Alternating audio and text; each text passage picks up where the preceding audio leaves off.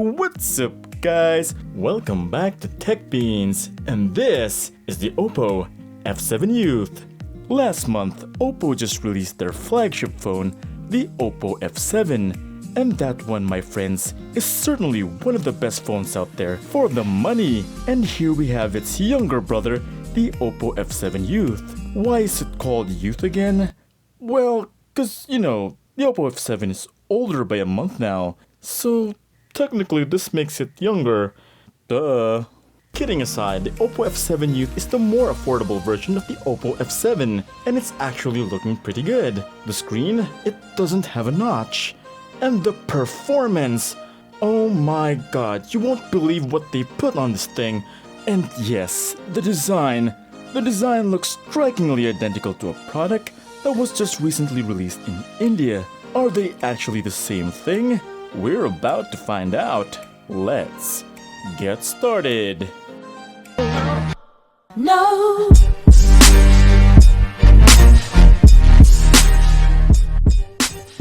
Okay, let's just take a look at the design on this thing. It's got a glossy metal back. It has that really cool diamond effect going on here. For me, it definitely feels a lot more premium than the Oppo F7. Now the Oppo F7 does have this color, I just don't have that one with me right now. Currently I just feel that the Youth looks and feels better than this particular Oppo F7. It's really stunning. To me it looks like a flagship. Darn, I should have waited for this color on the Oppo F7. It wasn't available when it was launched. But oh well. Wait, where's the fingerprint scanner? Okay, it's not included. Oh well. And oh, we have a single camera here and an LED flash beside it. Side by side with F7, the Youth's camera bump is not sticking out as much as the big brother. I'm gonna be talking more on the camera later, so yeah, we have the volume rockers at the left side, and on the right side we have the power button along with the dual nano SIM tray, which has a dedicated SD card slot. At the bottom it's got a speaker grill, a micro USB, and the headphone jack. At the front we have a beautiful 6-inch Full HD Plus IPS display. Now there is something really special about this display, and yes, you might have noticed it already. It doesn't have a notch. Oh my god, thank you so much, Oppo. Now you don't have to be bothered by that space on the top when watching movies and playing games. The display is great. It's actually just the Oppo F7 display without the notch. It's vibrant, has great color accuracy, viewing angles are great since it's IPS. So yeah, amazing display in my opinion. Now what about the performance on this thing? This is actually packing the same processor as the Oppo F7, the Helio P60, which is by the way a monstrous processor, and it's kind of surprising to see it come with the Oppo F7 Youth, which by the way just costs $13,990. That's insane! The Helio P60 is almost equivalent to a Snapdragon 660 processor, which is already on the higher end of mid-range processors. Now here are the Antutu scores of both the Oppo F7 and the F7 Youth.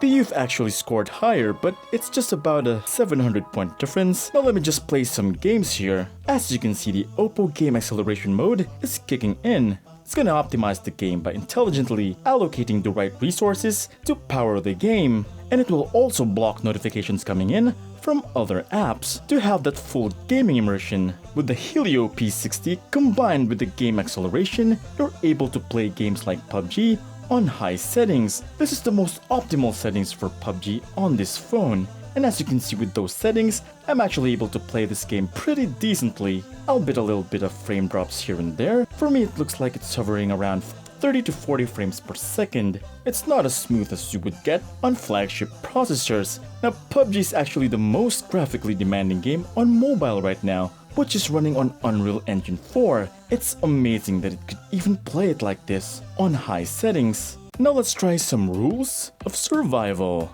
And yep, Oppo gaming acceleration also working here. I'm just gonna show you this game and one final one, just to show you what this thing can do. And pretty much this is gonna be like the main reason to buy this phone anyway. You're gonna get near flagship performance at a very low price. Now this game is not as heavy as PUBG, you're gonna get a much smoother experience here, like around 50 to 60 frames per second. I'm actually playing on high settings on this. As you can see, it's really smooth and feels so much better than PUBG. The graphics may not be as hardcore, but yeah, this is actually a lot more fun than PUBG, cause it has more players in it.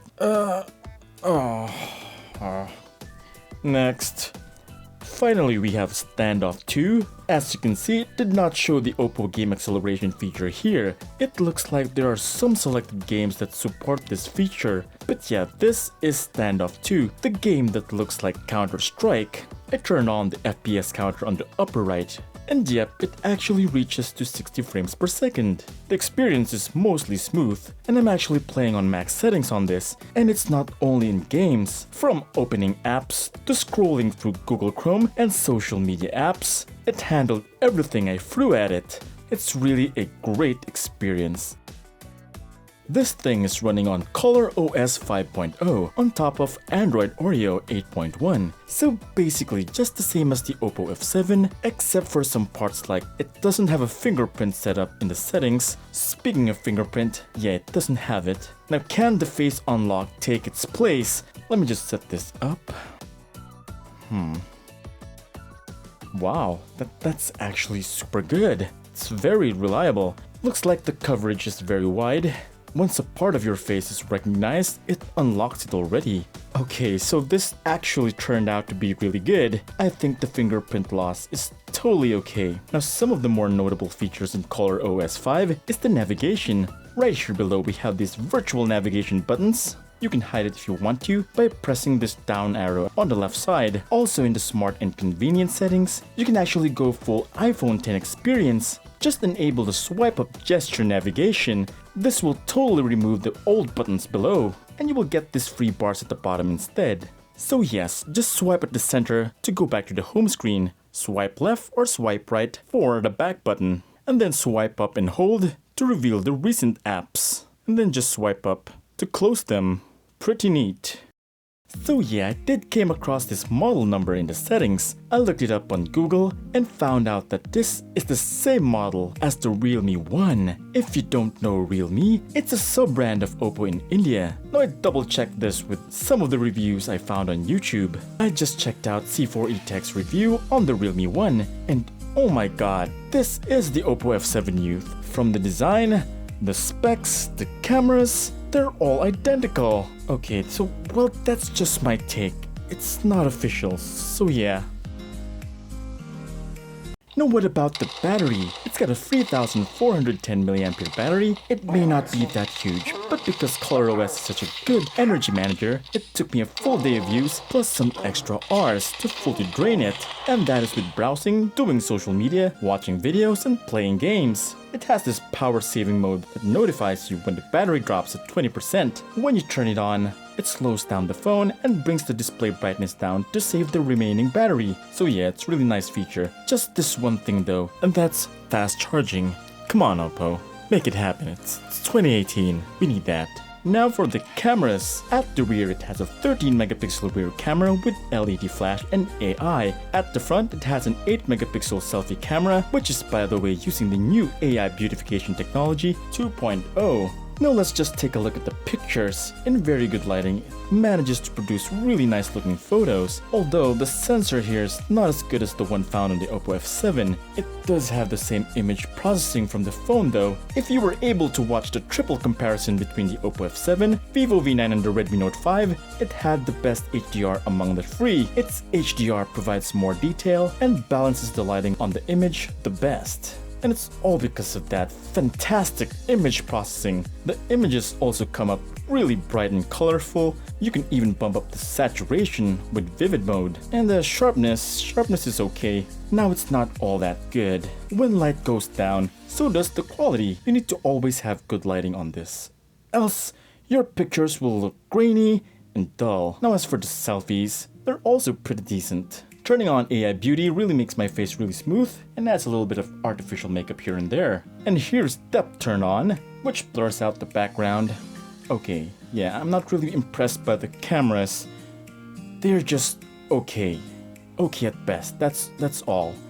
Now here's the rear video test. You immediately notice how jerky it is, but still, the quality is quite good. This, by the way, is a 1080p video. I'm just going to walk through this garden path. I really like this path. It's perfect for these kinds of tests.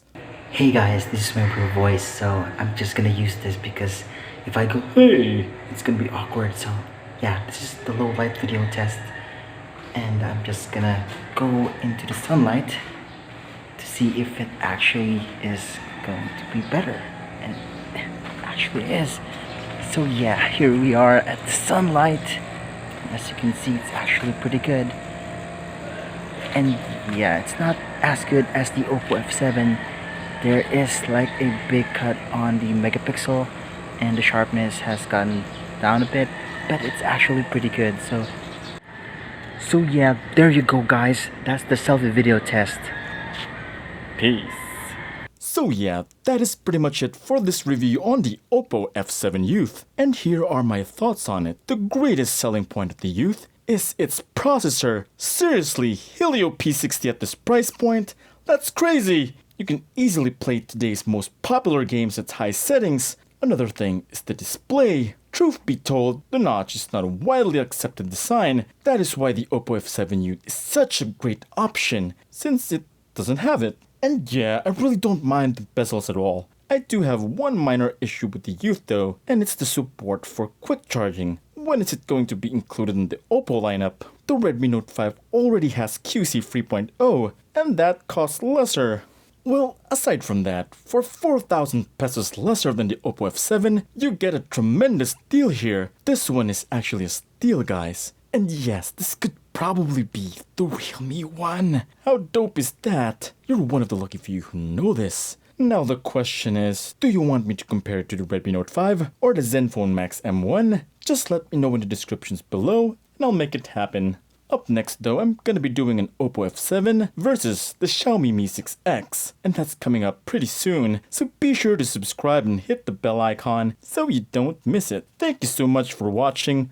This is Vince Domingo from TechBeans, and I'll see you on the next video.